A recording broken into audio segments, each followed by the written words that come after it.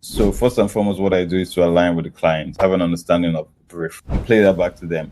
This is what your brief says, this is what the script says. What are you thinking per se? Here's how I see it, and I usually try to have a bigger picture of what the commercial would go like. So when we do a line, oh, okay, that's not bad, we lock it down there. So there's also the part about like knowing your strengths, areas you're strong in, and areas where you thrive. If this style of voicing and narrating is your money maker, if I can put it that way, there's no shame in like staying true to it. But if you're the one that wants to sort of like be a bit flexible and open to different roles, then by all means you can share your many shades. A lot of voice actors do not watch movies. Personally, I feel it's a shame because you pick a lot from movies, and it's not just movies. It could be TV shows, it could be documentaries. If you don't like movies, to do great work you have to know great work. I believe that about life, in all areas of life, basically. I started doing radio commercials without music. When I saw that, well, you don't necessarily need music, so let the narrator breathe, let us hear what they're trying to say.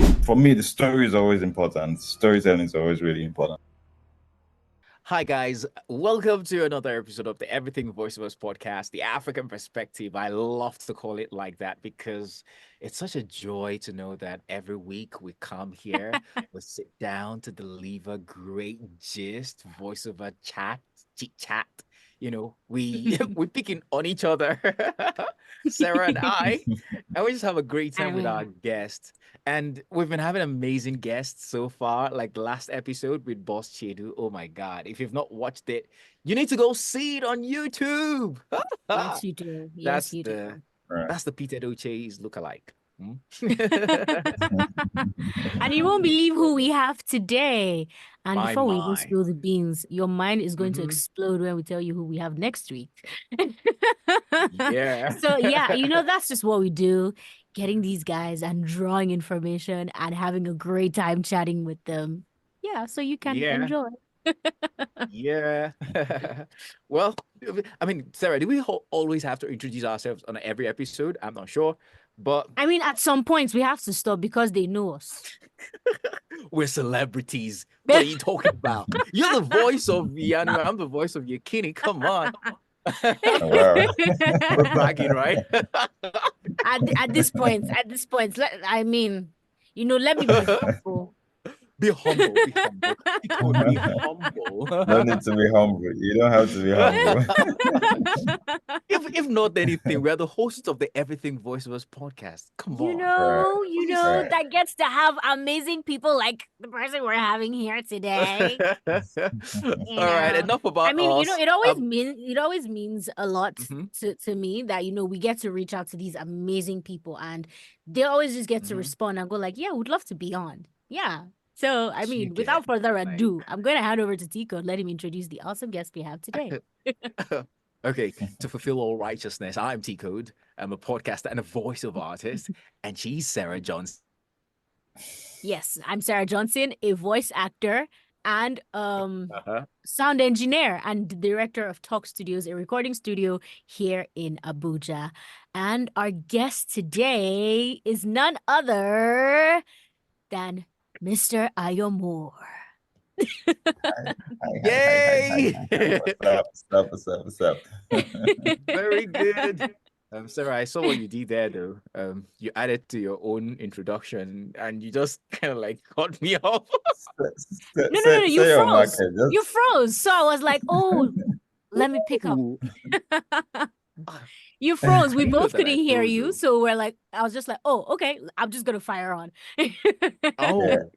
And she used it to sell a market. So can you I imagine? look for mean, another opportunity to sell your own market. You could when somewhere I'll in get you the there. next episode. I'll get you the next episode. And I hope yeah, I don't I freeze wish you all again. the best. So today we're speaking with Ayo Moore. And quick fun fact, we tried recording this episode right before now. We had some very terrible internet issues on the platform we're using, so we had to move on here. And one of the questions I asked was the pronunciation of his name. As a typical Yoruba boy, I would call that Mori because two O's, right? But the stunning discovery is that it's actually more.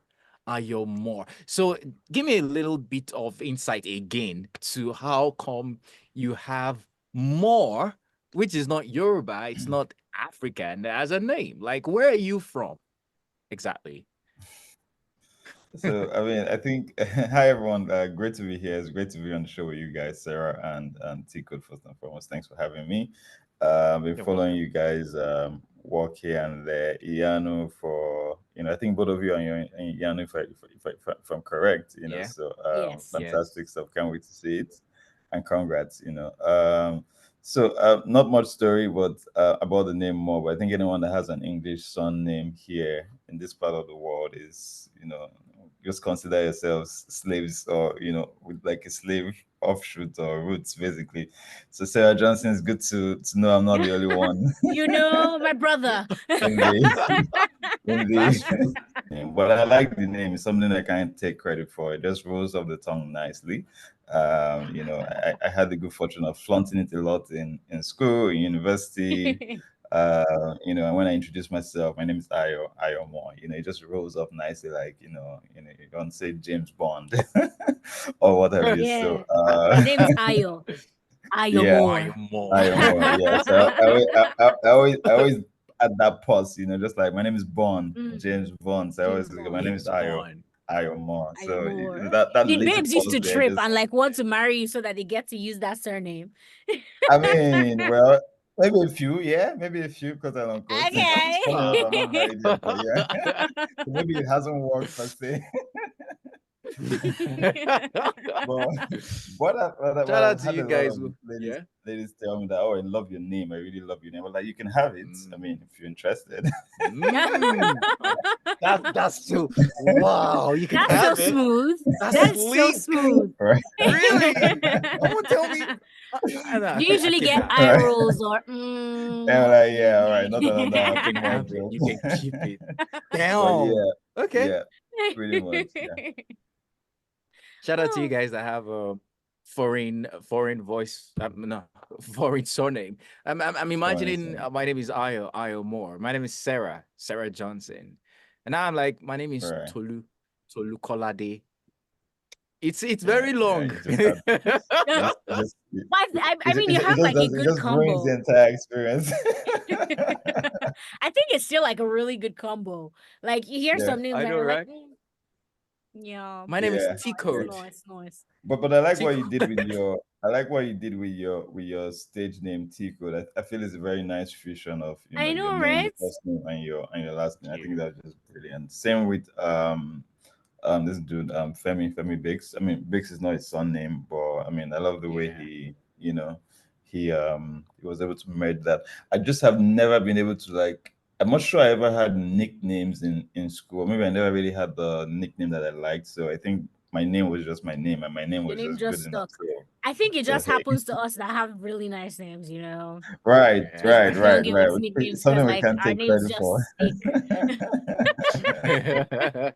So Sarah, you Yeah, never had a yeah, nickname yeah. too, right? I mean, no, not really. It was until my university days that I had like nicknames and they were nothing close to my name. Whoa. Yeah, Like, yeah, What about when you nothing were yeah. on close. radio? With radio, it was just Sarah J. Like everybody just used to call me Sarah J.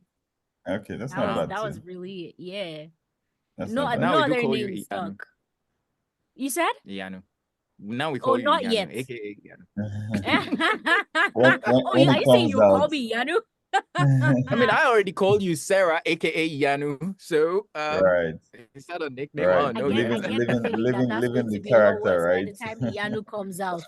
Yeah. Oh, when Uh, Iyanu comes out, right? Yeah, I look yeah, forward to it. So yeah. yeah, yeah. But thank I you mean, for yeah. yeah, I Please mean, go enough on. about us. Ayo, please Mhm. tell us about, yourself, aside your interesting surname. I mean, you're a writer, audio storyteller, producer, everything. What has that been like? What has that journey been like for you? Which one started before which?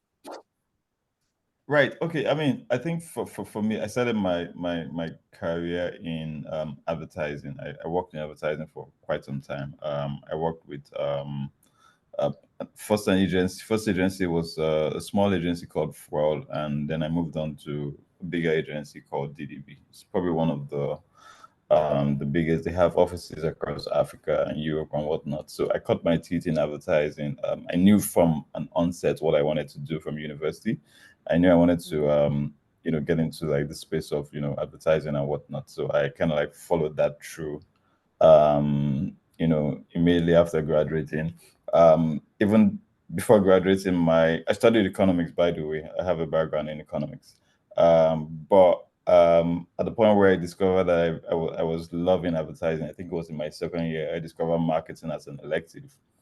And I kept on reading marketing textbooks, and I discovered advertising, and I kept on going to the library to see advertising books just to see the pictures of ads, vintage Coca-Cola ads, 7 Up, Schweppes, and whatnot. And instead of reading econometrics, which my parents were paying heavy money for because I went to a private university and whatnot. So Oh. when I was doing my final year project, I wanted to do something in advertising. So I cooked up a topic as an excuse to just do something in advertising, and I think it was the impact on advertising on the economy. I just found a way to draw more. It's let there be advertising, let there be economy. And my supervisor was like, "Young man, if you want to graduate, you better come back with it's a serious topic." So I went over, we did it. I looked for something very, very simple. And I think after then I graduated, thankfully got a 2-1. Not like it matters per se. I'm just saying that in passing. But I think for me, after graduating, I made every conscious effort to get into university. So I started like enrolling into advertising, rather enrolling into advertising schools and whatnot, basically. So yeah, my background is pretty much that, and discovering advertising and working in advertising exposed me to the world of audio. It started out as radio commercials, which I loved, which I found very, very interesting to write. It sort of like came naturally to me. I love the dramatization, and studying more about radio and looking at radio spots from out of the world. South Africa has probably the best radio commercials, in the world. You can go toe to toe, head to head with any commercial anywhere in the world. And I kept on soaking myself, into that. And from there, I discovered podcasting, from the BBC, and I discovered audio drama, also from the BBC productions and whatnot. And I think it was there and there that it just formulated in my head that, oh, this is a space that I can stay in. And just like searching for those pieces of work, whether it's a commercial, whether it's a podcast or whatnot, I discovered that radio ads can be better. We can do them better. Like I just discovered we're miles apart, walls apart in the way we do radio commercials down here, and in the way the Western world does commercials. Even just South Africa, which is Africa, but it's like touch Africa, like they always say. So I think for me, it was that realization was when it dawned on me that we can make radio commercials better. And I've always been on that edge to always push the way radios have been. I did that a lot while I was in advertising in DDB and whatnot. And I think it just naturally evolved into me wanting to pitch my tent there and just focus on it. And I started thinking about, okay, probably need to set up a business around this, and I got my first client sometime in 20, I think it was 2017. I was still working on advertising then. I think 2015 or 2016, I can't remember very well, but it was for Cars 45. And we did this very, very short set of 2 commercials. We got Rhoda Albert. I'm sure you know Rhoda Albert. She's a popular voice talent. She's also an actress. She stars in Rura and Riona and a bunch of other things. We got her to voice the commercials, and it was beautifully done. Some work I'm still very, very proud of. And the client sort of like signed off on it almost immediately. No, I dare say no corrections whatsoever. So that was some form of like validation for me also. And I think that was the beginning of the journey. So I was like doing it side by side, my day job in advertising, copywriting and whatnot. And yeah, I think we could pause on that, and the rest to say it's it's kind of history. So that's sort of like the origin story. Wow. If I had to give you like a little origin Amazing. story of how more Amazing. audio It's a started. very Yeah, inspiring origin story. I enjoyed listening to your origin story. We've got yeah. all of us, we have origin stories Right. like superheroes do. Yeah, But there's yeah, something yeah. you said. It's a very bold statement to say that South Africa's advertising industry is like the top in the world. Like Mm. no, if I don't think I worded that right. Not advertising industry now, but you said their radio ads Radio was commercials. Yes, yes, commercials. yes, Why do you yes. say so? Why do you think so? Really? So it's more of it's not necessarily so two things. It's fact based one, and it's also in terms of like the quality of work you see. So there's a popular awards, advertising awards, it's like the Oscars of awards. It's called the Cannes Lion. Probably sure you've heard of it. There's a Cannes Film Festival, which is strictly for movies, and there's a Cannes Lion. Funny enough, they're both in France, Paris. So it's the biggest advertising awards in the world, and everybody dreams and kills to win the Cannes Lion. The award is literally a lion. It's a gold, it's bronze, it's platinum, and whatnot. And I think within the span of 2015, or anyway, when I got very active listening to radio, I was searching for these, radio commercials. Um, South Africa always came top in those awards, and these are awards that are not necessarily awards for awards' sake. They're very, very, very highly competitive and scrupulous in judging process. In fact, second award, which is even more deadly, if I can use that word, or which is even more doesn't play with ratings, is the DNAD. It's called DNAD. People even prefer or say the DNAD is more credible than the Cannes Lion. And those two awards, those are usually my benchmarks.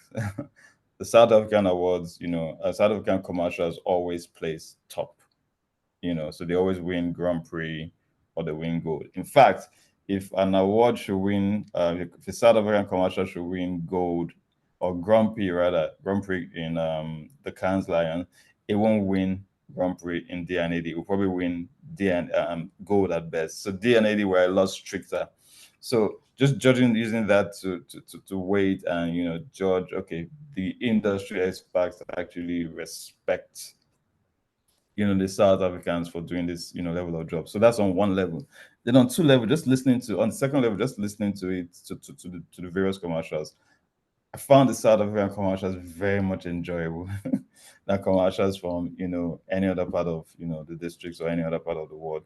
The depth to which they put work into it, like I've literally heard a commercial that sounded like a movie, and some of them I've shared here, on my page online because I review some of those ads. A bunch of them I've shared a number of times. One of them is the KFC commercial. Probably if you just look through my page, you see it. Another is the Locuzed commercial, probably the biggest, and that was probably the one that got me hooked on advertising. So I don't want to ramble too much about that, but we've been I mean Please go on. the South Africans have been known to produce really, really, really good commercials. And there's a guy, his name is Tony Hertz. You probably might know him.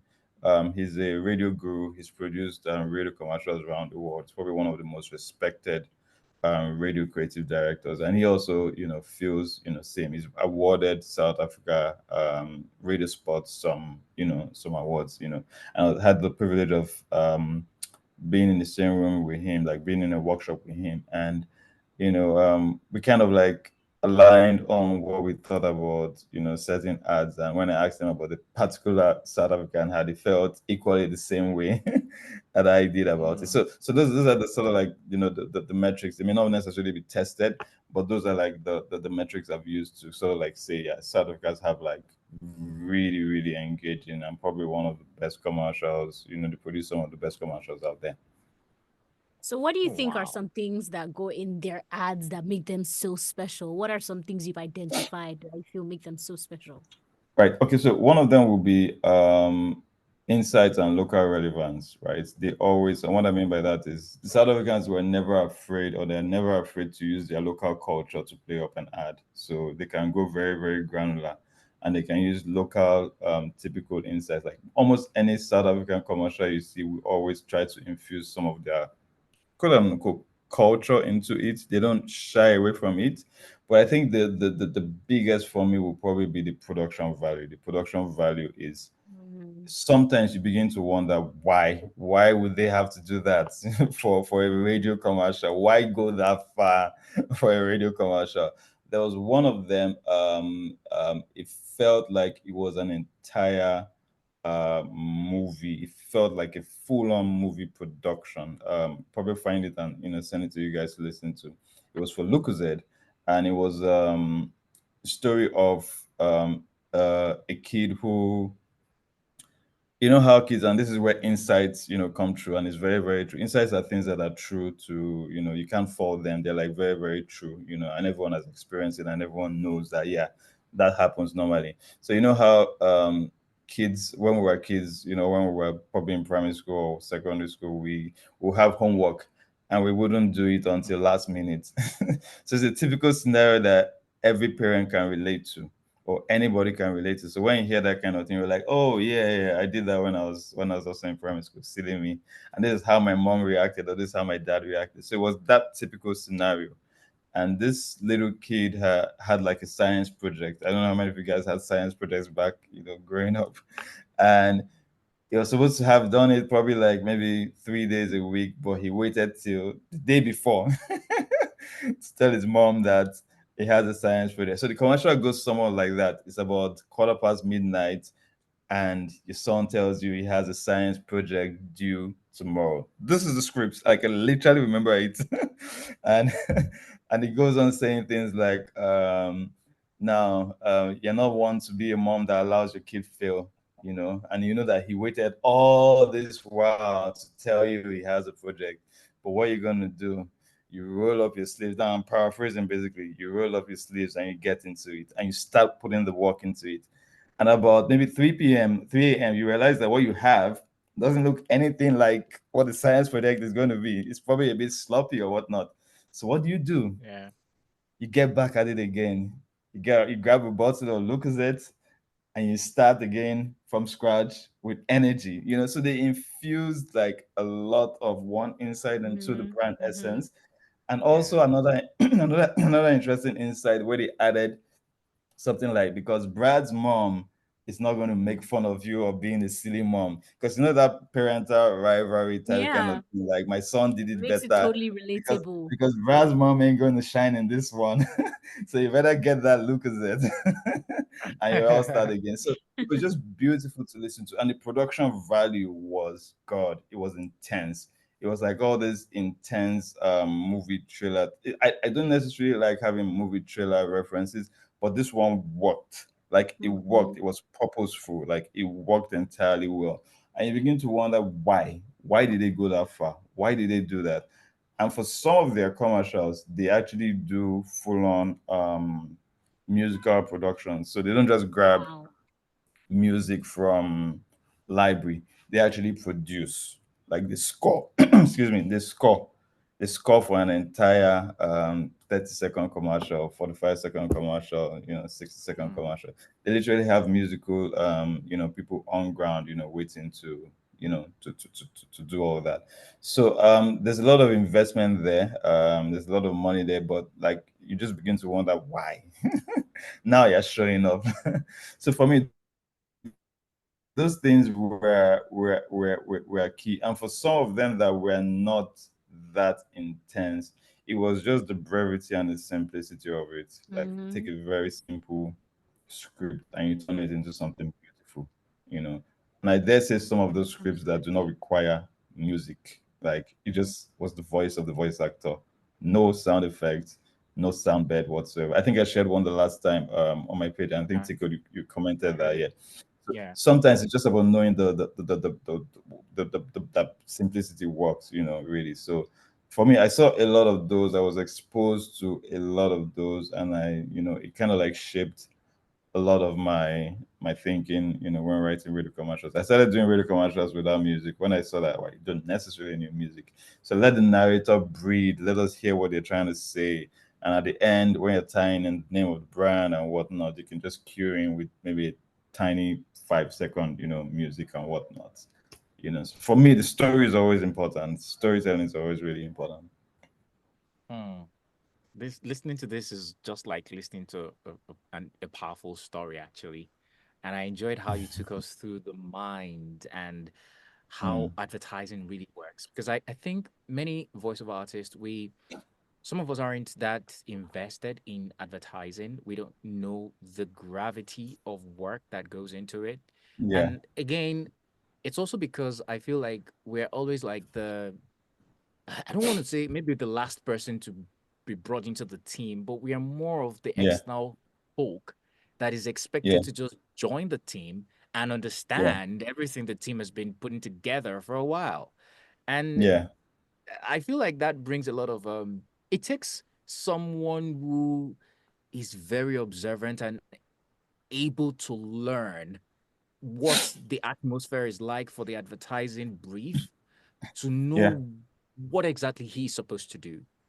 And that yeah. also makes me sort of like find some imbalance in the casting process. Now, what I'm saying is like I'm thinking really, really big right now because when you're Hmm. casting, you put a script, you put a brief out there, and you just expect voiceover artists to be able to key into it. You may have Yeah, a voiceover artist who is talented enough to interpret or to just play the right part in that script. yeah, But yeah. because the person is void of the exact idea that birthed the script, the brief from Context. the beginning, yeah, and he's not immersed enough into your world, the Yeah, person merely just guesses what yeah, interpretation to yeah, yeah, use. And I like yeah, you to speak to this also from an yeah, angle of an ad person, seeing how voiceover artists are just auditioning. What's the best approach that we need to take? I've heard it a lot of times. yeah, Some people would say follow your guts, just do something yeah, bold and don't just take it for yeah. what it is. Some people will say do a research about the brand, different kind of stuff. But Mm, what do you mm, think is the best approach for we voice actors yeah, to be able to key yeah, into the messaging of the ad yeah. from the creators? Mm, Yeah. mm. You're very correct. There's sort of like an imbalance there. So, which is why part of my work is to bridge that gap, between the story or the brief or the script and what is eventually delivered. Yeah. To be honest, and to be fair, yeah, the voice talent is usually the last person in the equation. Like, it's unfortunate.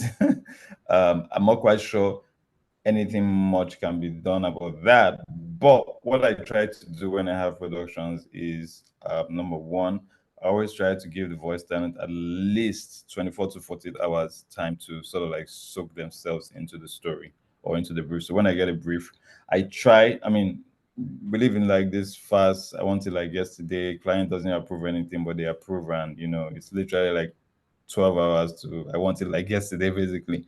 But times where I can preserve the sanity of that, I always take it. So I always try to ensure that all right, the voice talent gets a script and has at least 24 hours to soak themselves, into it. So that's one thing that's big for me. And that 24-hour period or window will consist of me getting on a call with them and breaking it down basically, explaining context to them. Okay, this is what they're trying to achieve. These are references that help bring to life what they are looking for. So usually when, and I was saying this before we got cut off, earlier in the earlier session, Riverside. Usually what I do when I get a brief or a script from a client is I took my side being on the writing side and having the background of written many scripts and seeing some scripts come to life beautifully and some just turn into something chaotic. I know the pain that goes into writing a script and seeing it not turn out well. So my number one job is to avoid that and make sure that never happens on my productions. So first and foremost, what I do is to align with the client, have an understanding of the brief and play that back to them. Oh, this is what your brief says, this is what the script says. What are you thinking per se? Here's how I see it, and I usually try to have a bigger picture, of what the commercial could go like. So when we do a line, oh, okay, that's not bad. We lock it down there. Now, part of what I also use to align and get their buying references, and there are many of them online, YouTube, Instagram, a movie reference or whatnot. So if I get a script and in my head it's sounding like or it sounded like something that Morgan Freeman did, I just look for that clip, send to them. I like the pacing of this. This is how I'm thinking of doing the production. This is how I think it can work. What do you think? I mean, once I get their buy-in, we roll with that.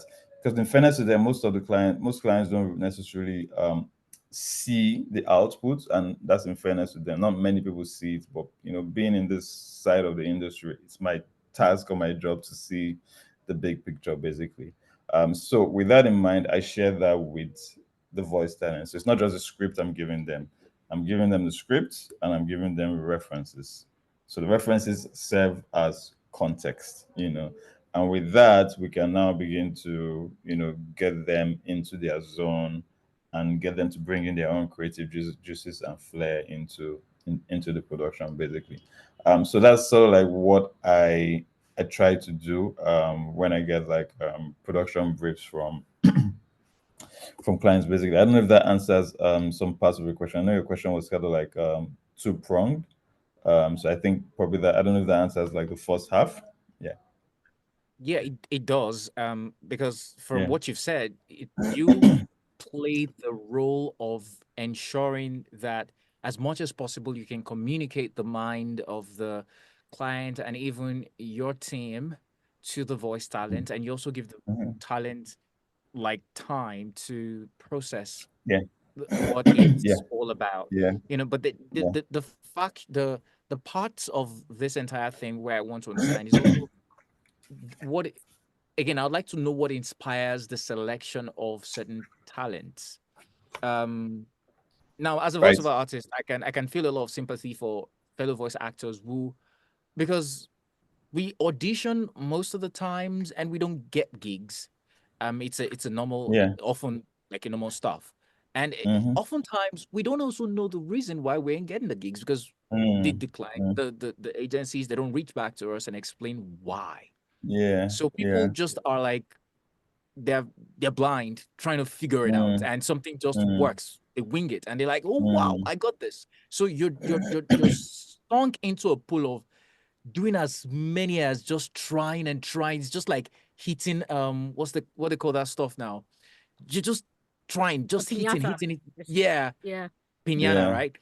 Yeah, Yeah. and Yeah. whatever works, it works. So Yeah. Yeah. I feel like I'm asking a question that you might not have the answer to because again, how do we make this work for actors? Yeah. I So think you've yeah, answered it yeah, already. yeah. Yeah, to be honest, they can be. I mean, there's many. I can't quite speak specifically to why. I mean, in that context, why voice actors wouldn't get certain jobs. But I think it's just a in fairness, really, or unfortunately, rather, it's a game of numbers and it's also a game of choice. Someone's going to have to get the job, and someone may not. A lot of people won't get the job. That's a fact. And I think it's the same for movies, basically Hollywood, Nollywood. Like people cast, and they don't. I don't think they get to tell them, oh, this is why you didn't really like get the job. Like there's always something that the director is looking for, Yeah. and B, the client wants or the client is looking for. Now, there are cases where, and I'm just kind of like moving forward, but I'm going to track back a bit. There are cases where I get briefs from clients and they tell me that, oh, I want somebody with a baritone voice, full stop, and I want it to be male baritone voice, full stop. That already eliminates everybody else that doesn't have a baritone voice. There's nothing we can do about that. It's what the client wants. Right? Now, if they say they want a soft-spoken, casual voice, that also sort of like eliminates people with baritone voices and whatnot. So there's that already, that happens. Then there's also an equation where, or scenarios where the client tells you specifically, I want this voice talent. Say, for instance, non-negotiable. right? And there are cases where I've seen clients specifically request for talent that, oh, I want that guy that voiced that last commercial. I want him to do it. Like, don't even bother casting. I want her to do it. So that already, there's no negotiation. it's it's unfortunate, but it's what it is. Mm-hmm. So those cases we can't really we can't control those scenarios. Basically, we just have to roll with it. Uh, the cases where we can control is what I try to make very fair for every voice talent, and I try to give every one of them like a fighting chance to audition and to hopefully like get a job. And for me, when few things ring when I'm auditioning. So once I have an idea of what the project is, I already know the kind of voices that will work and the kind of voices that won't work. So it's going to the pool or talk to someone like from the academy that, oh, I need XYZ type kind of voice, or even just to share the script with them. Okay, apart from getting this type of voices, who else do you think will work for it? Just being very fair and very open.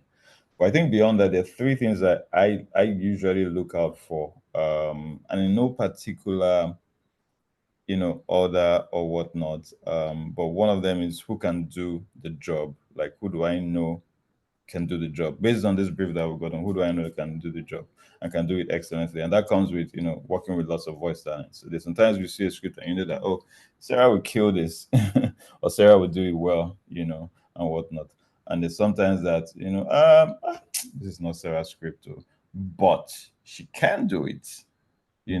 So there's that of who can do the job, and that's basically experience. It could be a little bit biased because sometimes you just want to get the job over with fast, especially if your client is very, what's the word, demanding, and they want it like yesterday and whatnot.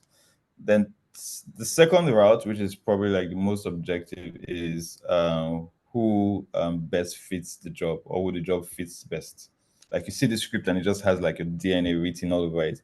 Like, I always use Robert Downey Jr. Iron Man as reference. Like, that role was, I think he was born to play that role. He was born to play that character. Like, I don't see anyone else playing it. Even there's been rumors that Tom Cruise was supposed to play Iron Man. I as much as I like Tom Cruise, as much as Tom Cruise is a great actor, I don't think I don't You don't think see he him as would Iron ever Man. be a Robert Downey Jr. Yeah, so there's some people that are just born for that script, and you just know neck in your neck, you feel it in your gut that it's them. Case in point is excuse me, there was a radio drama I was trying to do some time back, just before COVID. It's one of the stories I wrote. It's called I Games. It's on my page, and I was looking for. I'd written the story. It was a short 5 minute story. I'd written it like probably about 6 months, and I was just looking for who to voice it, and I was just like not really taking it serious. I was still doing my day job then in advertising. And this one day, I just Mazino called. We all know Mazino here, right? Mazino up here, right? Yeah, I'm sure you it's know not him. feel, yeah. He just calls me up like it's a friend. We talk and we work together many times. He just gave me a ring, just catching up and whatnot. And kind of hangs. We finished talking and he hangs up, and I was like, "Oh wait, this is Mazino's voice for this script." So I rang him up back. I was like, "Dude, man, I have a script for you. I think you would kill it. It has your nuances, it has your quirkiness, it has your wit and your banter and your clapback and whatnot. Like, I think you'll do a great job with it." So I sent it to him. He loved it. He did it. It was the best voice. Like, there was no competing. There was no contest in it. It was meant for him. So I think the second thing for me is that, like, who's the best fit for the job. And that I to do that, I always try to go through like a roster of people that, or voice actors. So I always send at least 5 to 6. I try not to send too many to the client as samples. So once I get the brief, I'm like, okay, this person will actually do the job. So I always put like the people that I know that can do it well and do it very well, and those that I know undeniably, like, yeah, this one will do it. I try not to put recommendations because the client may feel you have a trying to be like Mhm. favor someone and whatnot. So I usually allow it, the client make their decision. But if they do insist, and if they insist, I always tell them that you can't go wrong with XYZ, you can't go wrong with XYZ and whatnot. So those two things are key, for me. The third thing, really, and as a side, is who won't be difficult to work with. And for me, like, I don't need drama on set. I don't need anyone that will come and make a complicated situation more complicated, or a very simple situation Complicated. highly difficult and highly competitive, or highly complicated. So who's not going to be difficult to work with? Because some voice talents, I'm sorry to say, some people are, and I've worked with a lot of them, and most of the ones I've worked with are actually real G's. They are good people and whatnot. But I've also worked with some people that are very, very, very difficult to work with. Like, they do one take and they feel like it's yeah, that's it. You do another take and I'm like, nah, but you should have, like, a mix match, from this take. And I don't like doing that in my recording process. Like, as much as, yes, eventually you may end up doing that, but I feel You just should doing have one take done and with two that. The takes, original. and you're done. I don't think I think there's more you can give, like, even if you get it, I feel like you can freestyle. You never know. I've seen freestyle and improv recordings become what the client actually loved and liked. So my recording sessions, Femi, from the academy usually says it's brutal. Sheon Showo agrees also. But I try to be very, thorough. So for me, no, not to spend too much time. I think those three things are key, basically. Who I know can do the job, who's the best fit for the job, removing all biases or who I want to do it, and who won't be difficult, to work with. That makes a lot of sense. Oh yeah, I think can't hear you, T-Code. So, guys, I got muted. Yeah, I yeah, muted myself. yeah. So, I said that was a master class, and I really enjoyed listening Absolutely. to that. And there was something you said Right. on your second point, which is about who you are interested in, and then you began to talk about you knowing certain voices, having a roster of voices that you just kind of know that this person fits, and you made an example of Mazino, who you understand his quirkiness and Mm-hmm, mm-hmm. his Yeah, character. yeah, Can you speak a bit yeah. towards voice talents, understanding that even though they are actors, they have a personality? I Mm-hmm, think a lot of people miss out on that. mm-hmm, We carry the impression of acting to a point, a degree that we want to act everything and miss our own personality. So imagine mm-hmm, looking at a T code and you cannot really place the type of person I am. And you just define me by any work and every work that you see me do. So Mm-hmm. and this that's mm, something I've been conscious about for the mm-hmm. past like a year or two. I want Yeah. people to really know who I am. Mm-hmm, I could be quirky, mm-hmm, I'm not perfect, right? My mm-hmm, personality. And not everything very baked and refined. You have graphic mm-hmm, designs just saying this and all of that, and the mm-hmm, branding and mm-hmm. cosmetic part of it. So I want you to, Yeah. in a jiffy, just speak to actors being themselves and how it helps Yeah. your process to choosing who you work with at the end of the day.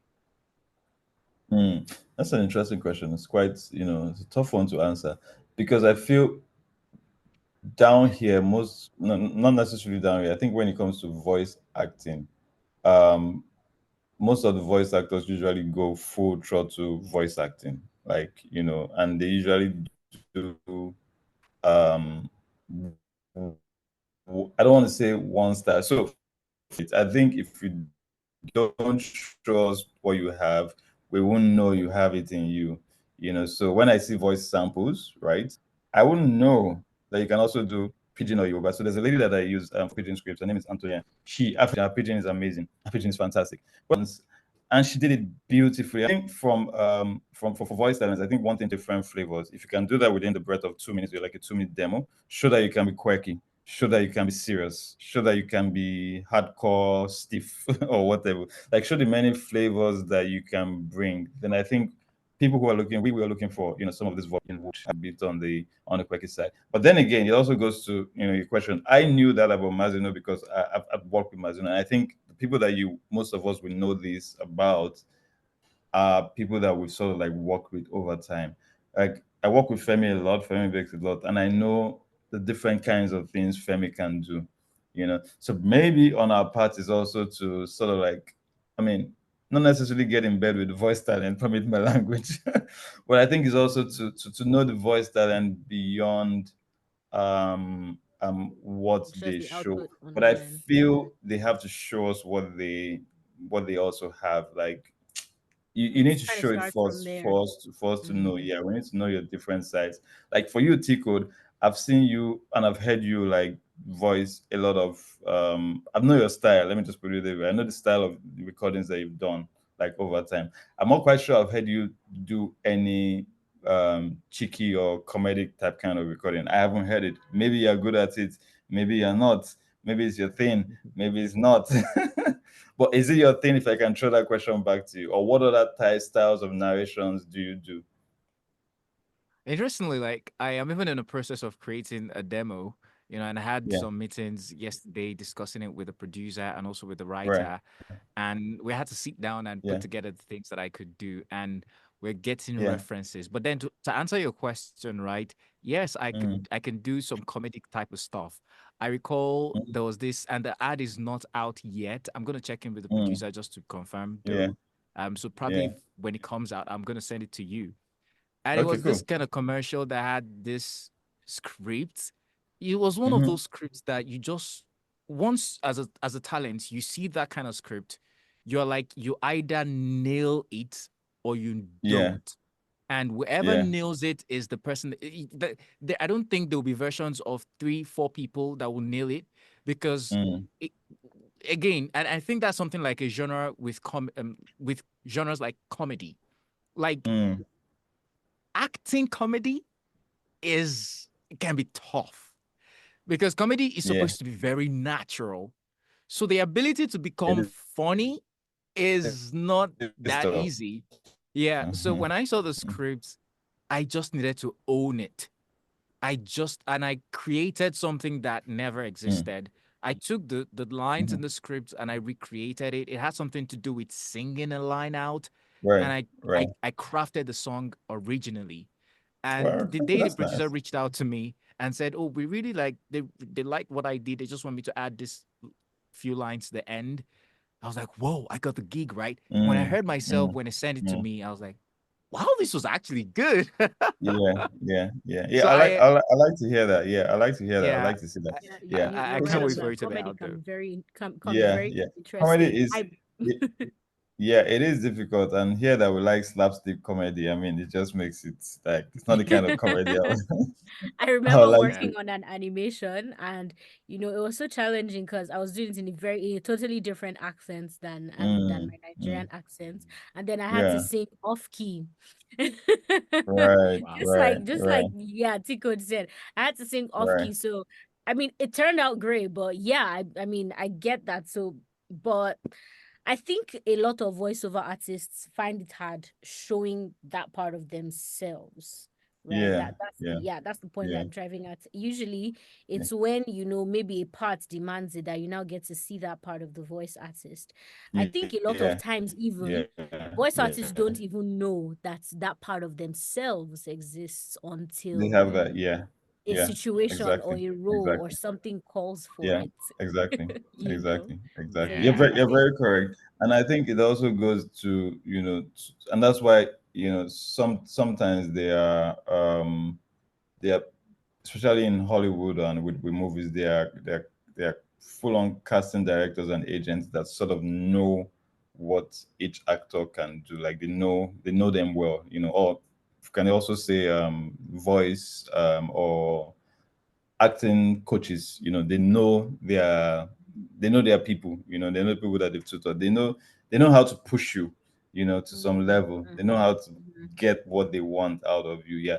So I think sometimes like it takes a lot knowing people, and that's why I like working with the guys at the academy. That's Voice for Academy. because they've sort of like spent some time. The academy is very thorough. They have about different kinds of programs, and they've spent time with some of these voice talents, like probably like minimum of like 5 days. A couple of hours, maybe 3 to 5 hours, 5 days a week, and they sort of like seeing their a little bit of their evolution, quote and unquote, and they always do like a demo, before they round up the program and whatnot. So that gives them the benefit of that, and Shion Shoba is very brilliant at that. To be able to see that if you put yourself to it, you should be good at public speaking, or if you put it to it, you should be good at this pigeon thing. You speak pigeon beautifully, but you should be able to narrate in pigeon. Like, I don't know why you're running away from it. I have a friend who he's very good when it comes to pigeon writing pigeon, like, and he used to feel very what's the word, and every one of us used to go to him for pigeon corrections or pigeon, like, Ross, help me with this, my pigeon script, my pigeon is not that, my pigeon is horrible, both writing and both speaking. So we usually go to him like, Albert Abachino, come please, I beg, come and work your magic. And we found out that we're always sending like pigeon scripts to him to edit and whatnot. But he always used to feel some type of way, like, you're relegating me to just pigeon scripts. Like, what do you guys take me for? But I'm like, dude, you're sitting on a gold mine. Like, to be the one that everyone consults for pigeon related issues. Like, man, yeah, you're missing out on a lot. So yeah, I think sometimes, with most casting directors, and I try not to call myself like a casting director per se. I just say that I've been able to work with a lot of talents, and I've been able to, like, get talents for certain roles. But for some of them, or for most people, they've sort of like spent some good time with these talents, and they kind of like know what they're capable of and what they can do. Like, sometimes I pick it up almost immediately, like, nah, she can't do it, nah, he can't do it.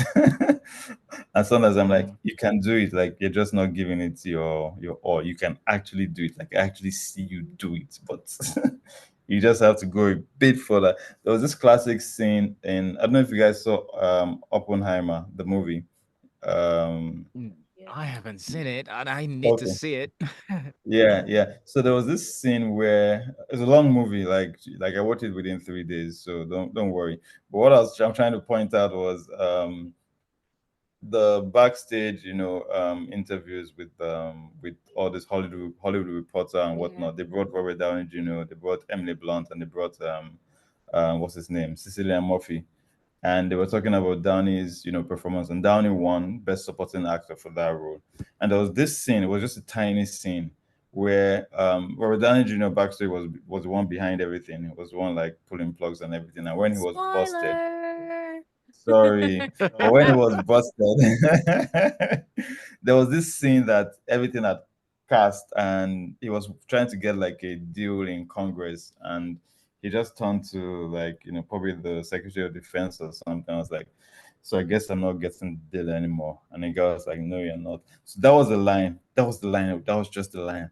So when they were telling us the backstory, he said there was this particular scene I just described, and the director was Christopher Nolan. And if you watch Christopher Nolan movies, Christopher Nolan does not. Come on. That's It's my favorite thorough. director. Or yeah. So he said, Robert Downey said that they've done this scene over and over again, done it like 20 times, did it another 20 times, and Christopher Nolan was just like, Robert Downey Jr. thought that he had done it, he had done it, he had done it, he had gotten it, and Christopher Nolan was just like, I don't know, I just feel you have more to give me.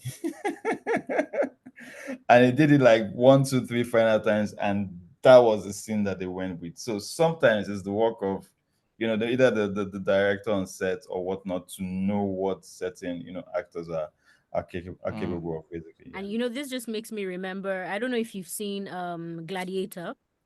Yeah, Yeah, it makes yeah, me remember Joaquin Phoenix's performance in it. yeah. Hmm. I was watching the Yeah, behind the scenes and he was talking about how nervous he was. yeah, He was so nervous throughout like the production, yeah, and yeah. the director just knew. Like he knew what was going on and he had done so many takes, and it was only Hmm. like the last three takes that they, but he knew that in order to get him Yeah. I think Sarah's breaking. I can't hear her anymore. Yeah. Yeah, well, I mean, yeah, maybe we could pick up. I think, Yeah, yeah, sure. Still trying to like, yeah, but yeah, she was making a fantastic point, right? yeah, And this conversation has been so eye-opening to me.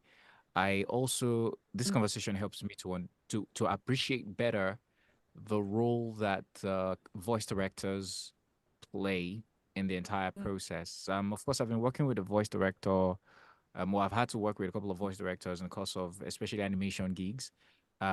Not so many commercial gigs these days have the involvement of voice right. directors, and so you kind of like have voice Yeah. actors working in silos, self-directing, managing the process, trying to audition Mm-hmm, so fast, and mm-hmm. you stand the risk of having half-baked stuff. I don't know how we're gonna like solve that issue as if it's an industry problem, but I think the world is also so fast paced that Yeah, you're now in the competition to just get things done ASAP, ASAP, ASAP. And I'm not yeah, exempted because especially when you're playing on pay to play sites yeah, and all of that, yeah, you begin to go through processes like yeah, this. So, well, it is what it is. And I hope you got those points because the network seemed to be breaking while I was speaking. yeah. I don't know if you got it. I can hear you. I can hear. Can you hear me well? Yeah, yes, Can I you hear could me? hear, Okay, I I can hear can you hear very you. well. Okay, great. Okay. Yeah, So yeah. did you Yes, get the I things yes I yes was saying? yes I did. Yes, I did. Yes, I did. So it's and I think that's what doesn't help things like commercial projects like radio commercials because they're literally that fast. There's this bias for radio, like in all the mediums of advertising. There's TV, there's outdoor, there's print and whatnot. TV is regarded held in high regard. Like if you want to shoot a TV commercial, you have a pre-production. Like you spend like maybe like couple of days or a week doing the pre-production. You get like a treatment from a director. You go back and forth and do that before you actually agree on shoot a particular shoot and a shoot date. So you can have like a treatment. You could go back and forth on that with your client for like a week before you now schedule the shoot. But TV has always been held in high regard, but radio has always been like the isn't it just radio? Hmm. That bias has followed us for a very, very, very, very, very long time.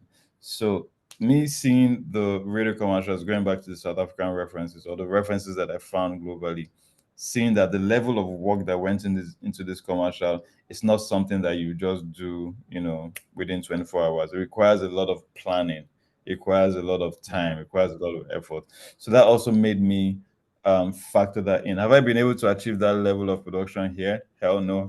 Because I'm literally getting like briefs from clients like 24 hours to the fact of want this recorded sharply, blah blah blah blah blah, and whatnot.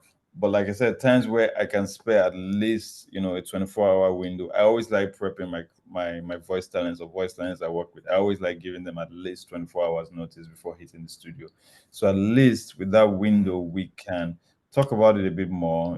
Go back and forth about it. Ask them what they think.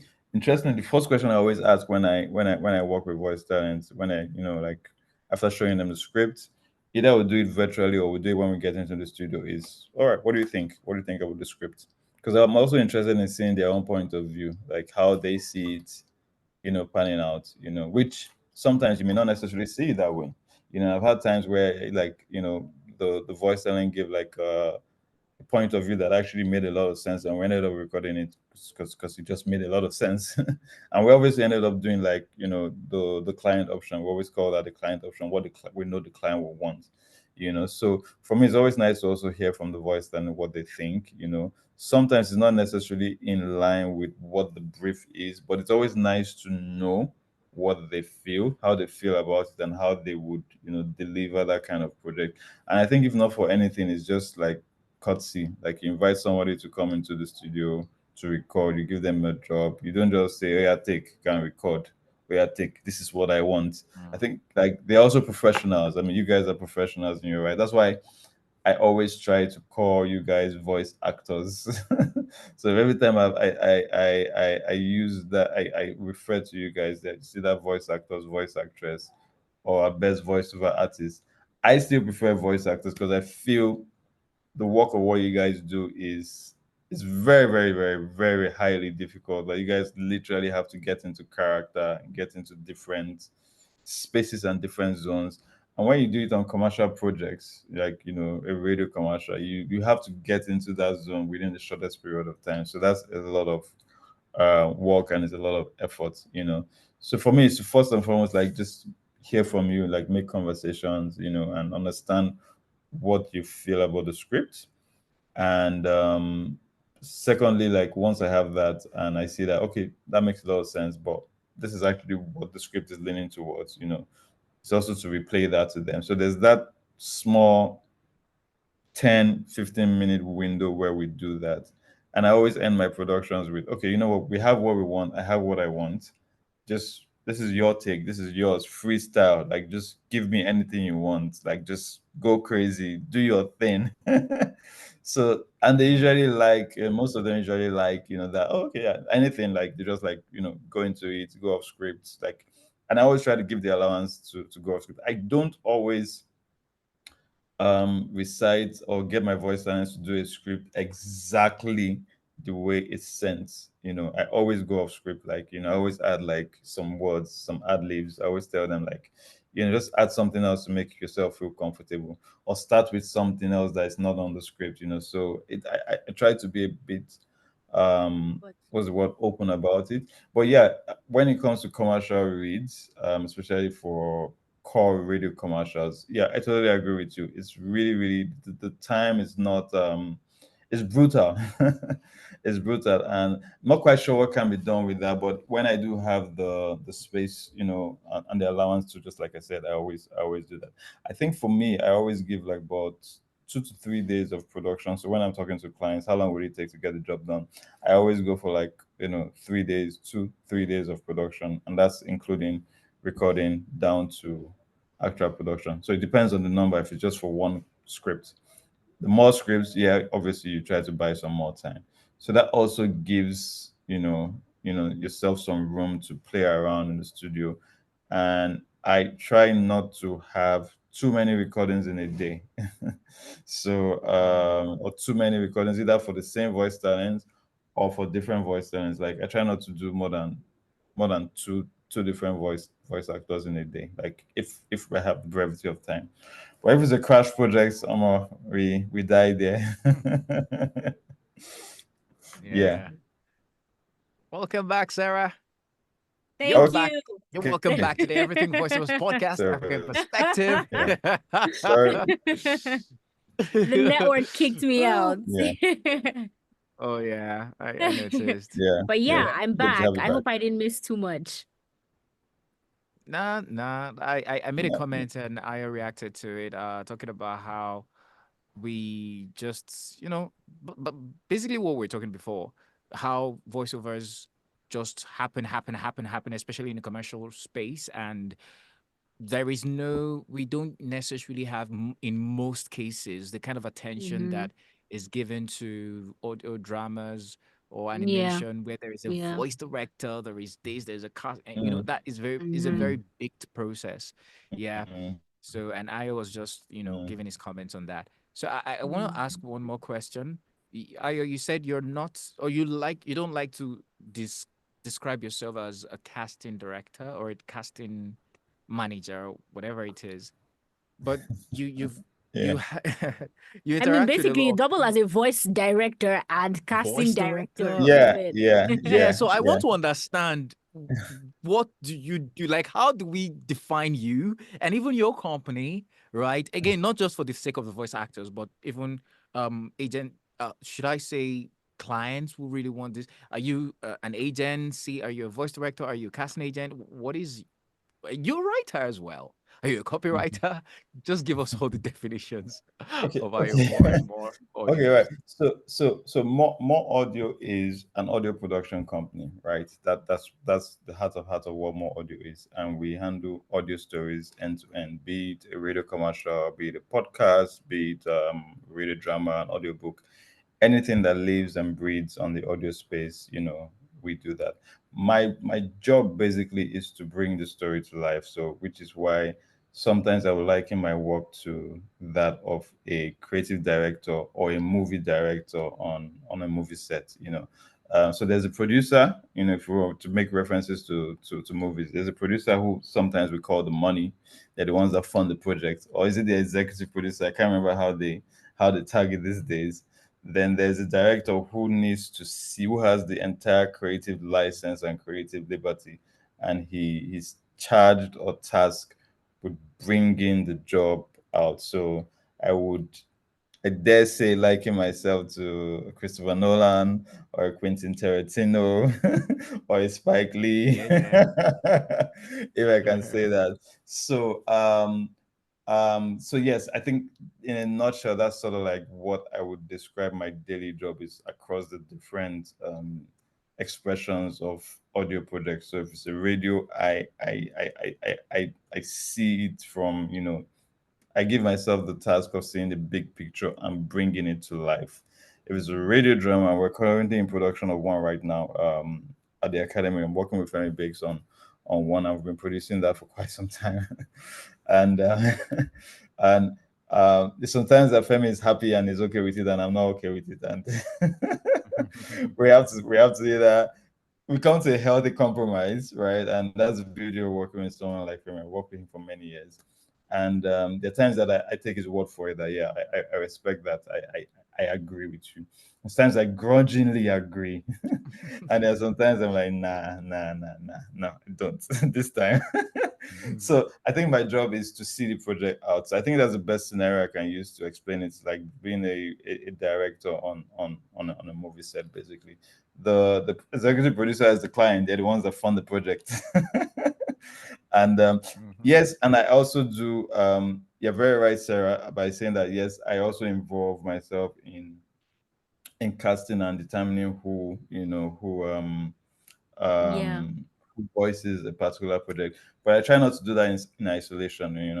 So I always work with the academy, also with Femi because they have tutored people, and they also Mm-hmm. very much know um, people that would be able to deliver on certain projects. So my typical Mm-hmm. day when I get a brief and I'm looking for voices is I sift through mine after knowing, okay, I know this two, three people can do it, but I need to give the client like maybe two or three more options. So I reach out to Femi and I tell him that, look, I have this project, I send him the scripts. These are the guys I've drafted. I know they can do it. What do you think? Oh yeah, yeah, agrees. Yeah, def. Or like, who else do we have? Like, help me out here. And I'm not shy to ask for help because at the end of the day, I want everyone to have like a fair chance or a fighting chance to get the job. I mean, you were saying something about auditioning and not necessarily getting gigs. Like, to be fair, I'm all for fairness, and now I'm all for everyone having a fight. The times that I have literally even started like stitched people's voice talents demo together. Like, say I see a script and I see that, okay, this person has sent me one demo that sounded like what the script would demand or what the script demands, and he sent me another different demo that sounds entirely opposite. So I've done this a few times for some talents. I've done literally like grabbed some clips from their show reels and stitched them together. I shouldn't necessarily do that, but just to give people like a fighting chance and to get the clients to see them in different lights. This person has voiced Mm-hmm. this before. This person, same person, has also appeared as this, before. It's a little bit of he has a little bit of roundedness to himself and whatnot. So I think it's to be a bit fair and like give talents fighting chance to do it. And when they don't get it, the ones that talents that usually as because I don't tell them I've shared their voices to XYZ client for a project. I mean, I used to tell them, but I think I stopped. So not to like raise their hopes high, and at the end of the day, you're coming back to them that, oh, they didn't pick you. So I rather not even like do that. But when some of the voice talents I've worked with in time past, when they reach out to me like, "How fun now? You're not giving us gigs." I'm like, but you know the drill now. I don't make the final call. And by the way, Mm-hmm. oh, in fact, I even shared your voice with a client a couple of weeks back, but they went with someone else basically. Yeah. So yeah. So I don't know if that answers your question. That's sort of like my job or my role in this audio space. what I do and what the company does. I don't know if that answers the question. Yeah, Pretty Yeah. it much. actually does. All right. Sarah, you Okay. got anything you want to say or throw in the conversation? No, I mean, he's pretty much answered it. Yeah. Yeah. Uh, Yeah. Yeah. I think having this conversation with Ayo Moore is just so eye opening. It makes me appreciate more the work that goes on behind the scene, even before it gets to the voice of artist, and Absolutely. even after. And it kind of like, I Mhm. believe any voice of artist listening would understand better how to position themselves, what casting agent or voice director want in voice actors, their expectations, and yeah, pretty much more insights. And that's what we do on the podcast. So thank you so much, Ayo Moore, for sharing Yeah. all of this It, valuable is it info with us. interesting that one info just popped on my mind?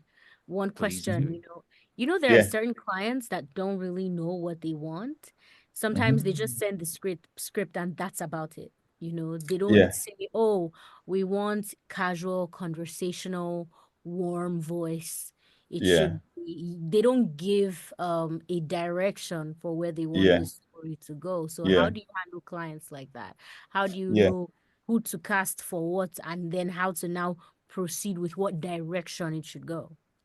Yeah, yeah, yeah. So that's the first stage of the job, and I think maybe your internet at TikTok then, because we Oh, talked about, I okay. talked about that and I mentioned that with Tico. So the first thing I do when I get a brief from a client is to assess it, and I have a broad idea of what the project is all about. So What being they're on the trying to writing create. side and having written like lots of stories and whatnot, I kind of like have an idea where it's going. But to be double sure and doubly sure, I always get on a confirmation discovery call with the client. So what exactly are you guys thinking? What kind of voice are you looking for? Do you have any reference? Half of the time they don't have references. Half of the time, or sometimes they will say, and they just want a deep voice, so but that call ends with us like having a definite way Mhm. forward, because that will inform Yeah. who we cast, That would and reduce artist frustration and increase client yeah, satisfaction. exactly. And we always share voice samples with the clients. Okay, this is this particular voice, which of them do you like? Oh, Sometimes depending oh, on the that's client. important with references. Yes. Sometimes, depending on the client, I actually get the voice talent. I take a little part of the script, maybe like a line or two of the actual script, maybe just change it a bit and whatnot, and send to the voice talents I want to cast. Mm-hmm. So, Mm-hmm. voice it on, voice notes and send to the client. So that gives them a real life simulation of, oh, this is what this voice would sound like, voicing my script. So but it depends on the peculiarity of those clients. There was the I've done that for some French speaking. Well, I mean, there's a one of my the clients I work with.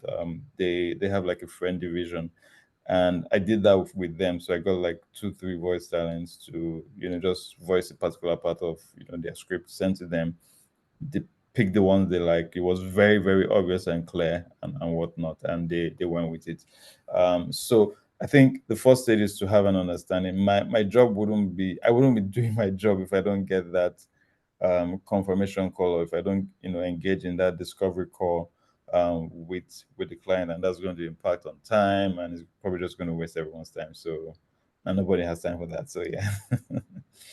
So yeah, that's kind Mm. of like Makes how sense. how we go about it. Yeah, Amazing. yeah, Amazing. Yes, I mean that's pretty much for all my questions. Ayo, this has been yeah. such an insightful conversation. Oh, it's I've great. I've Thanks a lot. personally learned a lot.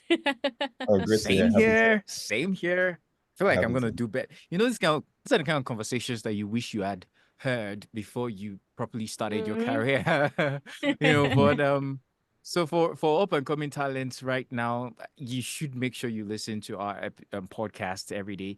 I mean every week, because these Mm, kind of conversations are needed, especially in the foundational stages. Me, for instance, now I'm Absolutely. thinking, oh, there are a couple of opportunities that I had missed because I didn't prepare well enough. The kind of like demos that I used to send out there before now, they Mhm. weren't so expressive of my range. And someone like mm, Ayo Moore, imagine him asking for my demo and I send him that demo. And that's basically what he understands about my voice for that meantime. So mm, I sell myself short So that's also Mm. emphasizes the importance of proper demos. But Yeah. yeah, we could go on and And I on. think just just Yeah, just go just on. to pick on that, sorry to cut you, just to pick on that also, there's also the part about like knowing your strengths, and knowing where you're the areas you're strong, in, and areas where you thrive, So if this style of voicing and narrating is your money maker, if I can put it that way, there's no shame in like staying true to it. There's absolutely no shame in staying true to it. But there's also, I mean, but if you're the one that wants to sort of like be a bit flexible and open to different roles, then by all means you can share your many like who would have thought Chris Rock, I don't not Chris Rock, sorry, what's his name, Kevin Hart. Did you see the movie he did with Brian Caston, The Upside? No, I haven't seen it. I've been Okay, ignoring that so he movie, did but a I movie. think I will We all know check it what now. Kevin Hart's movies are like, right? It's always Yeah. exaggerated, Yeah, funny, and whatnot. You comedy. won't believe Kevin Hart did a serious movie. Like, if he was very sober, and I think it was, for me personally, it was More one of his sober than he best. was in what's this movie where this Father's Day movie? For Um fatherhood. yeah, Fatherhood. More Yeah, sober than it Fatherhood? was that kind of sober. But Father was more like a documentary, was it, or was it like was it a No, movie, no, or it was it? was it was a movie. So it was sober. It was around that sober. Yeah. So he was out of work. He was a frustrated man. Like he was dealing with lots of issues. Like I would never have thought Kevin Hart would be able to pull it off, but he And there was can. not So if one comic somebody, moment? yeah, and they don't, and they were comic moments, but they weren't outlandish. They weren't like Yeah. over exaggerated. They were actually Mm. very funny. I feel Kevin Hart's stand up like it's a bit too much, or his comedy is a bit over the top. But there were times where he made very subtle, witty jabs and witty, comic appearances that were actually really, really good. So yeah, there's promise in sharing like your different style. But the money maker, what will bring in money for Kevin Hart is his natural style, what he does with The Rock, what he does with his the ones he did with Ice Mm-hmm. Cube and whatnot. So yeah, there's promise in staying in your space, but there's also, I mean, it's also nice to explore different sides. There was something you also said just before, sorry, I'm elongating it. Something you said about budding voice talent. Like usually when I meet talents and whatnot, and when I have conversation with voice actors, I always like try to make conversation with them rather. And what I usually ask is, you guys watch movies? So like throwing the question to you guys right now also, like, do you guys watch movies? Because Yeah, I I found out that do. a lot of voice actors do not watch movies, and I think it's a personally, I feel it's a shame because you pick a lot from you know Absolutely. movies, and it's not just movies. Like it could be TV shows, it could be documentaries if you don't like movies. If you like documentaries, it could be something on National Geographic or Discovery Channel. If you don't like that, it could be an interview. It could be an interview with Yeah. Questman's Business or something like that. An interview with Christina Amanpo. If you don't like that, it could be a speech. It could be the presidential speech. Obama's speeches are great. I feel to do great work, you have to know great work. I believe that about life, in all areas of life, basically. So I I feel, think part of sorry. sorry, go on. Yeah, no, please go on. No, I was just saying it's kind of like calibrating your internal meter for greatness and what good Exactly, stuff exactly, is. Yeah. exactly, The way she exactly, said it, exactly. you sounded Yeah. so intelligent. I started feeling like I'm not intelligent. Don't worry, you have your Calibrating your comeback. internal meter for You, you, greatness. I mean, you have your comeback. So Don't worry, the comeback, and but I'll be ready for the comeback, Sha. That so one next too. yeah. episode, I'm here for you. Oh my, Yeah, come but on. yeah, I'm happy you consume stuff. So, Tico, do you watch movies, or you consume these kinds of I Sounds like do, you but don't. no, but me, I'm more of an audio person. If you give Right. me too much movies, I'll sleep off. But you see, Okay. Yeah. audio. I Yeah. immerse myself in audio stories. So I'm more of an audio Right. person than movies. Yeah. Right. So I mean, I feel that there's something for everyone, and just like we said, it's for some people it could be movies, some people it could be TV shows, some people it could be like listening to the news, because you pick and you soak a lot from them, Exactly. like their references, their nuances, their pitches, their inflections that you pick from when you watch people, do this. And I found that most of the times when I have this, like, make conversation or small talk with voice actors, boy, like 7 out of 10 of them don't watch movies, and I'm just like, God, man, you guys, And you're missing. here's one interesting one. Here's one interesting Right. one for people who are like for people like Tico that are more audio inclined. Another thing Yeah. you can do, right, that I found works for me, something I do personally, maybe a movie I've seen that I really Mm-hmm. loved the sound and the acting and everything. I watched Yeah. it again, but this time with my eyes closed. So I Just, yeah. pick up a Yeah. lot of stuff. And then it makes Yeah. you realize how Fantastic. intentional the acting is, Yeah. how intentional sound effects are, Fantastic. like just how Fantastic. intentional the whole production is. And Right. then you're able Right. to transfer that knowledge into audio. Fantastic.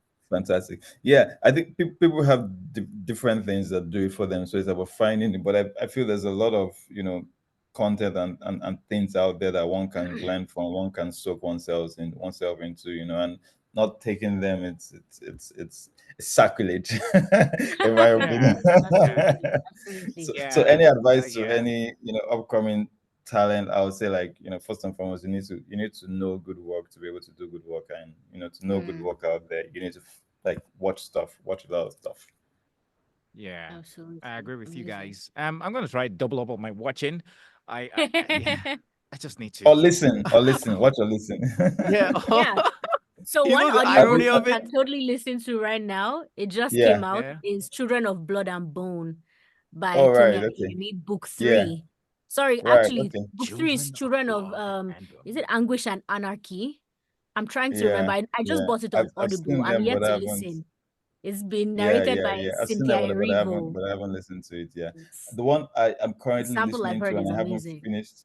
Yeah. The one I'm currently listening to and I haven't finished is Will Smith's book. Will. Ah, I yeah. mean, Will Smith yeah. is. I mean, you can just like watching Will Smith and listening to Will Smith is almost the same thing, basically. Yeah, he's a very So captivating person. He knows exactly, how yeah, to engage you. exactly. There was Yeah. one by this dude. Boy, what's this guy's name? Oh God, I've forgotten his name. This old time actor. He usually plays the butler in Batman, Batman's butler. In God, Gotham or the regular. the regular Oh, I Dark don't Knight know his Rises. name. Oh I know his God, the face. I white don't know his Alfred dude. name. Pennyworth? I don't know his real name. I Yeah. know So his he face. did I it. He could did see an him literally audiobook. right there. Say again. Hmm. No, I mean, I said I know his face. I can see his face right in front of me, but I don't know Yeah, his name. yes. Alfred is his name. I can't remember his real name right now. Yeah, but yeah. He did an amazing voice rendition of his audiobook, which was really out of the Ah, world. Nice. I'm going to hit you up on that. I need to know. Yeah, yeah, I'm yeah, an audiobook buff. I love yeah. audiobook. Oh, fantastic. Yeah. So listen, watch. I mean, whatever does it for you. Mm. All right. Yeah.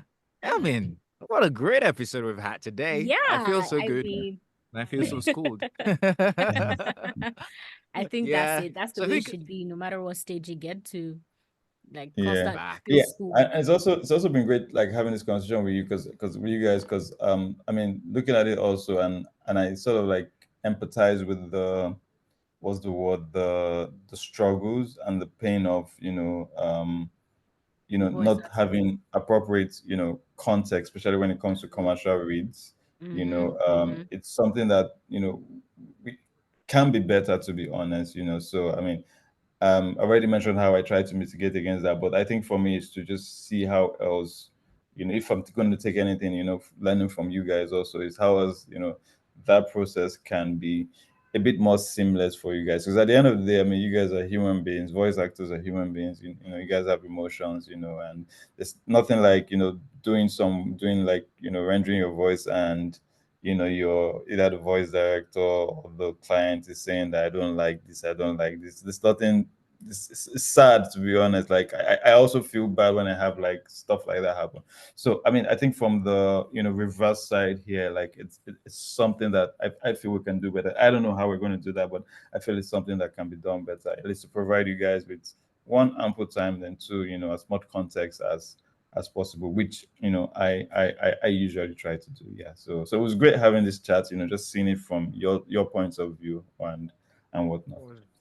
Was really Absolutely. great. Thank you. I was gonna mention one very funny stuff when you guys talked about watching movies, and I was gonna say the irony of it was when I decided that okay, I want to watch stuff on Netflix, and now I want to go into animation, not the normal animation.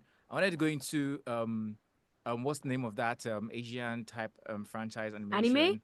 Enemy, yeah. Yeah, anime, like my friend would say, is been pronounced over there. And I started anime, and they said, if you don't watch it in the original language, you're Just forget not about it. like just Forget forget about about it. it. You're Yeah, not enjoying So yeah, it.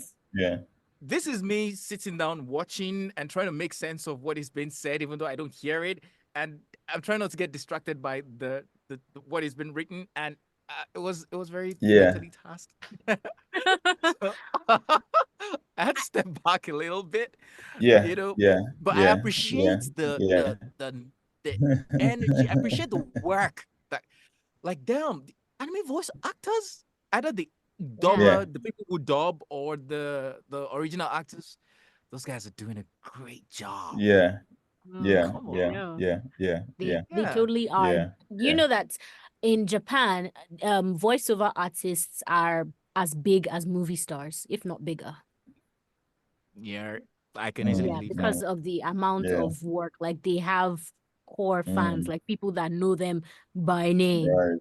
Wow, Yeah. And those wow, animations interesting. have like 1 million seasons, and I'm like, what? Yeah. Mm, Yeah. $1 million episodes. mm, And then like yeah, sometimes my yeah, younger brother tells me about yeah, the genealogy and Naruto, and this one started it and then that, and I'm like, oh my god, like this is a yeah, world. yeah, I look forward to understanding yeah, it better yeah. someday. Well, Anyway, hit me up after this episode for a guide on your journey. I shall be able to help.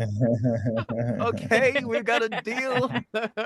Oh boy, I totally loved this episode. So before we go, let's plug in one or two stuff coming up soon. So we're gonna start with Ayo Moore.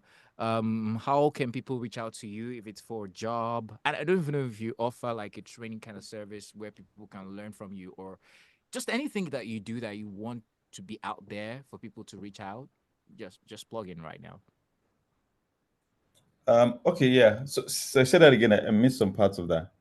So basically, like whatever it is that you do that you want people to be aware of, or something is coming up soon, just plug it in, or you Right. can just Okay. drop your handles for people to follow you on social media. Okay. Oh, okay. Okay. Got that. Got that. Okay. So handles are more audio on Instagram, more underscore audio on Instagram, and also same on Twitter if I'm correct.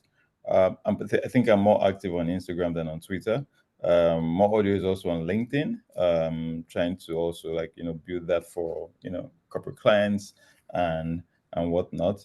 My personal page is Kunle More, Kunle underscore More, or just look for the audio guy.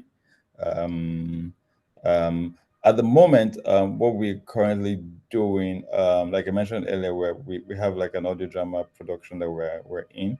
I'm not quite sure how long you've been following the brand, but about 2 years ago, sorry, there's a train passing by. I'm sure you can hear it. um, It's all right. about 2 years ago, we ran an audio drama competition. We put together an audio drama competition where we asked people to write some story for audio, an audio story of about 10 minutes, and we're going to produce the best 10. And we ended Oh up yeah. That was where we had Death by Scrabble, yeah? no, so that's by Scrabble Oh, was okay. my very, very, very, very, very, very, very first audio production, audio drama production. Mm. So the audio drama competition, what came out of that was surgery prep. There was a story called surgery prep. There was another one called transfer, and we're currently working on one called midnight radio. We have about several more stories to go because we decided to foot the bill for 10 stories. We gave a cash prize of like 100K. This was in 2 years Wow. ago. So 100K is not anything right now. but but but we decided to we love some of the entries we got, and we decided to foot the bill for to produce for free some of the stories. So we're currently doing that. It's been quite tasking, mixing that with day job, but we're going to get to all those stories, and we're currently in the process of editing and post-production of this. What else are we doing here at More Audio? I think for me, the goal is to be an audio, trying to build, let me not say the goal, but we're trying to build an audio production network, where we can have different kinds of audio stories, ranging from audio drama and podcasts. So for me it would be what I would really love, what will make me really like fulfilled would be, if you're thinking of looking for something to chill with or some form of entertainment, probably you don't want to watch Netflix or you don't want to check out Prime. You could just come to the network and, okay, let's listen to some audio drama, and you have like a roster of various audio stories to listen to. So that's what I'm currently trying to develop. It's hard. It's long, it's very Time demanding, consuming, I believe. time consuming, and we got to mix that with paying clients, with commercial work, because we have deals to pay. So True. yeah, and that's also to say, if you have like a radio production that you want to see through or bring to life, yeah, you could reach out to us for that. Or you want to voice any form of audio visual, basically we also handle that. So I said I should sell my market a little bit, before I leave here. So so You did just like well. Sarah plugged in her studio, right? Oh boy. So that's kind of like in a nutshell what we're doing. We're currently doing something also with AI. We are working with and voice learning. We're working with the folks at 11 Labs, and we're trying to like have like voice clones of some of our voices here. And we just did like a pilot slash demo test with couple of voice actors, about two voice actors. Very, very successful. Voices were almost next to normal, almost next to real. And we just Mm, tested the process out for a couple of months, and we've had like a very, very um, you know, interesting couple of months doing that, with lots of learnings and whatnot. So if not for anything, um, don't be afraid of AI. It's not the end Yeah. of the world. We have to find ways to coexist with it, and that's what we're trying to do, like coexisting with AI, but obviously doing it in mm. for the benefit of the talents, and as ethical as we can try to do it. Yeah. So yeah, I think kind of like a nutshell what we've been up to the last couple of months. Yeah. That's Well done. impressive. That's Yeah. so Yeah. impressive. Well, I'd love to have conversation about AI with you maybe much later. Sure. That would Sure. be really Cool. interesting Anytime. to see what you guys are Yeah. doing. So, Sarah, Yeah. it's your turn to sell your market. You want to Me, tell us anything you we should be anticipating? But well, I at see the you're doing a lot moment, with Talk Studios. Yeah, go on. yeah, at the moment, nothing. Just my regular old talk studios. For now. In time, I'm working on some stuff, and in time, it shall be out for the public The show. consumption. But yeah, until then, I run a studio for a sanctuary for storytellers, voice actors, podcasters, a studio curated for audio storytellers here in Abuja. So if you're in the city of Abuja and you're looking for It's nice. somewhere to actually record voiceovers where the room is not, it's not echoing or it's not curated for Mm, music production, just somewhere crafted for voiceover where you can narrate with Mm-hmm. like really nice lights and really get into the Mm-hmm. creative feel of Mm-hmm. the whole thing. Yeah, Talk Mm-hmm. Studios is the place to be. And you also get I you agree. get to work with me, and I mean, not to brag, but I think I'm a good voice director, yeah. Yeah, she's directed me before, and I was like, I wish Oh, I could that's just take nice. you home Oh, with that's great. me and Oh, just that's direct cool. me on one sentence. So yeah, it's Yeah. it's definitely the from what everybody that has come over, we've been getting really, really good feedback. So I'm really excited Yeah. about that. So make sure you stop Mm, over sometime. I'm creating more than just having people come in and record. I'm trying to create a network of voiceover artists in Abuja because I realized some of us are here in this same city and none of us know. Mm-hmm. We don't know each Mm-hmm. other. I remember the psalmist David. I'd seen him so much online that mm, mm, I didn't mm. even know that we were both based in Abuja until T Code came to Abuja. And then he was like, "Oh, there's someone I'd love for you to meet." And then we met Right. each other and it didn't even click immediately. It was until later I was like, "Stop, I know you. You're the psalmist, David." And he's like, "Yeah, that's me. I knew you Mm, immediately I mm, saw you." I'm mm. like, "No, stop." Just stuff like that. So we get to have hangouts Right. and, just get to know each other and talk about trends in the industry, how to help each other Right. grow, and all of that. So yeah, basically that's it. Yeah. Oh, fantastic. I should be in Fantastic. Abuja this Fantastic. Fantastic. December, and maybe we could even record another episode physically, right? That would be cool. I know that would be Um, so fun. yeah, yeah, and I look forward to Right. another Abuja Right. voiceover Right. hangout.